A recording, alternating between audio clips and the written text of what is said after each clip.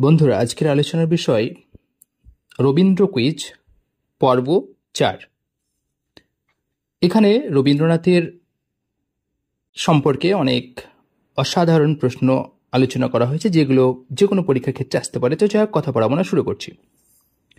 এই জনপ্রিয় নাটকটি ধারাবাহিকভাবে প্রকাশের সময় নাম ছিল প্রজাপতির নির্বন্ধ। পরে কবি নামটি পাল্টে দেন। নতুন কি নাম দেন? উত্তর, চিরকুমার সভা।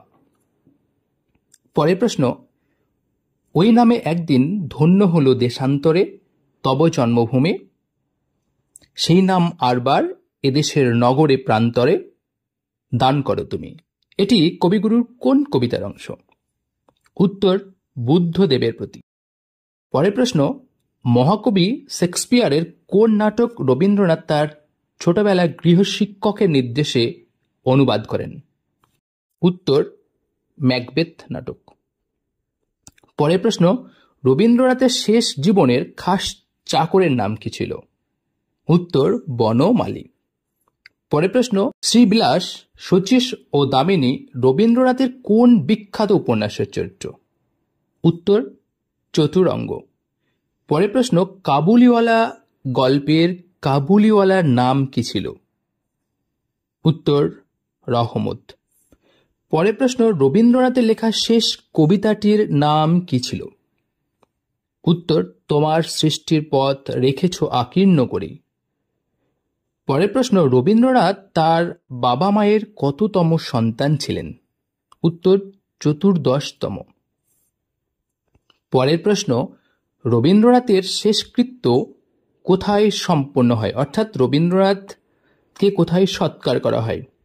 উত্তর, উত্তর কলকাতার মহাশ্মশানের ঘাটে। পরের প্রশ্ন, আমাদের সাহিত্য তোমাকে চাই জেলে অনশনরত একজন মানুষকে অনশন ভঙ্গের অনুরোধ করে টেলিগ্রামে এই কথাগুলো লিখেছিলেন রবীন্দ্রনাথ ঠাকুর। কে ছিলেন মানুষটি?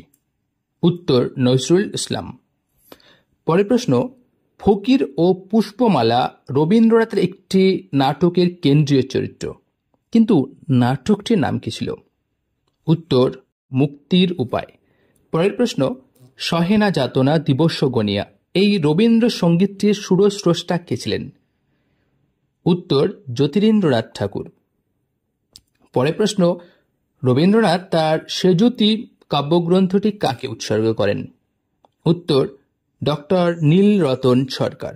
পরের প্রশ্ন, কাদম্বিনী মরিয়া প্রমাণ করিল সে মরে নাই এই বিখ্যাত লাইনটি রবীন্দ্রনাথের কোন গল্পের শেষ লাইন? উত্তর, জীবিত ও মৃত। পরের প্রশ্ন, রবীন্দ্রনাথ ঠাকুর ভিক্টোরিয়া ওকাম্পোর কি নামকরণ করেন? উত্তর, বিজয়া। এতগুলো প্রশ্ন আলোচনা করলাম, উত্তরও জানিয়েছি।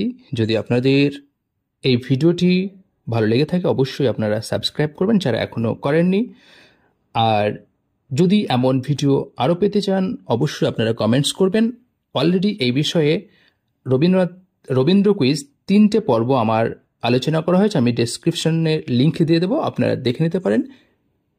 এই পর্যন্ত আজকে, ধন্যবাদ।